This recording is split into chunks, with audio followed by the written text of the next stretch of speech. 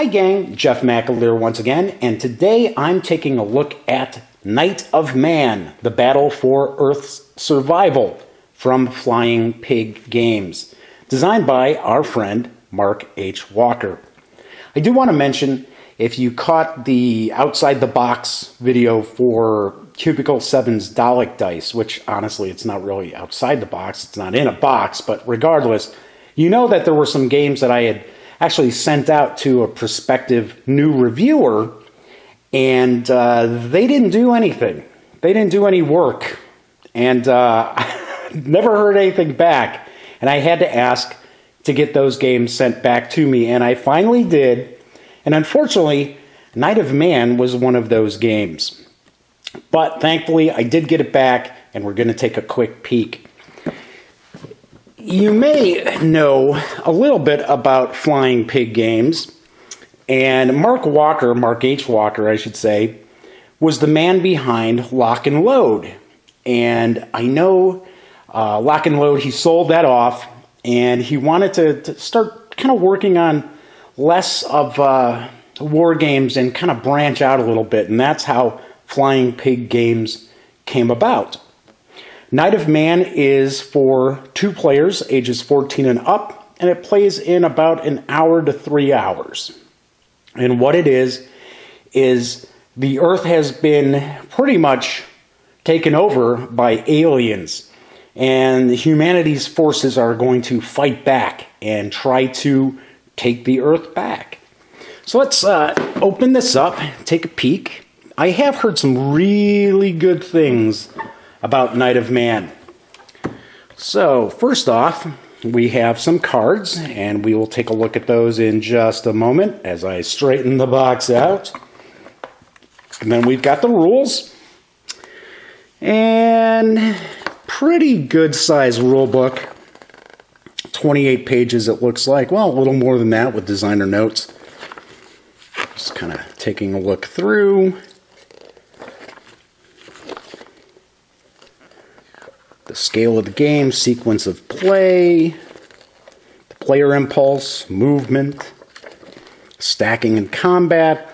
Looks like there's quite a few examples of play, good amount of illustration as well, assault combat, rallying, line of sight, vehicle combat, walkers and kaiju,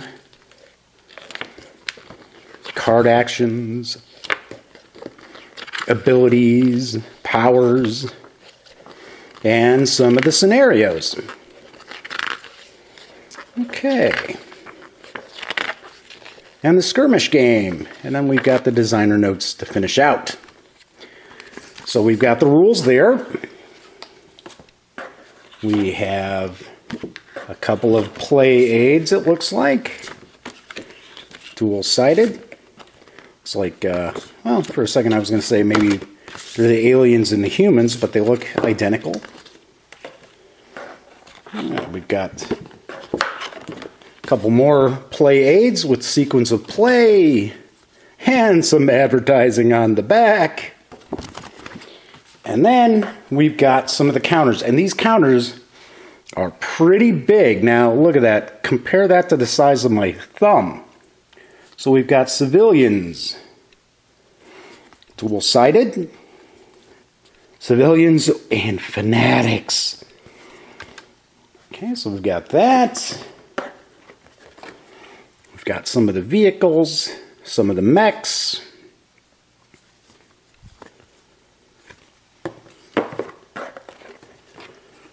More of humanity's forces. It's like some of the aliens. And there are characters, so we see that there's some characters here that the humans have. And there's, I guess, a little bit, kind of a role-playing element almost with the special characters. More of the vehicles. So lots of counters. All right.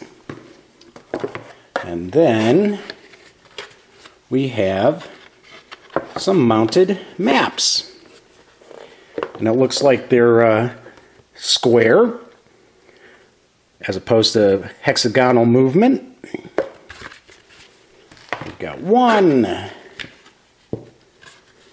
2.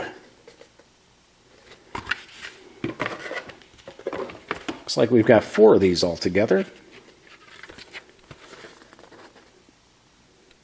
Okay, and then the final one. Looks like an urban center there. Pretty cool. Man, I can't get over how big those counters are.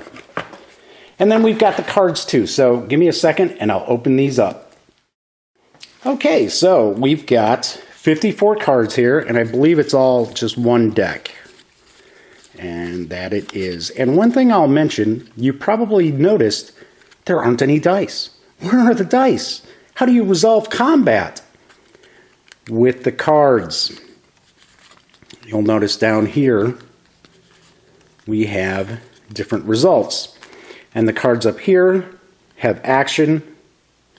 Looks like 2 action sections here.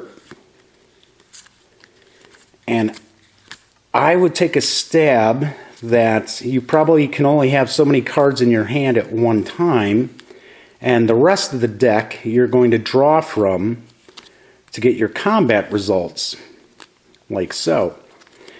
Sort of along the lines of the Combat Commander series from GMT. There aren't any dice in that either. You use the deck of cards to resolve your hits. So we've got all of these cards. Now I see there's an end of turn, so I'm taking a guess that this might actually be one of those kind of designs that Mark H. Walker has done where you're never sure when the turn is going to end. So that might be why those are mixed in there too. Okay, so we've got the cards here. We've got the 4 map boards. We've got all the big, chunky, cool counters. Put all these together here. We've got the different play aids. And also the rules. And that is what we find when we take everything from Knight of Man outside of the box. Knight of Man, of course, is out already.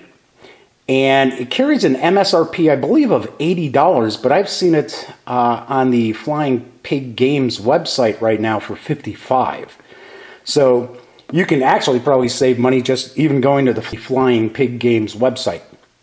Once again, I'm Jeff McAleer, and for the latest in comic books, gaming news, reviews, movies, TV, you name it, be sure to get your geek on at thegaminggang.com.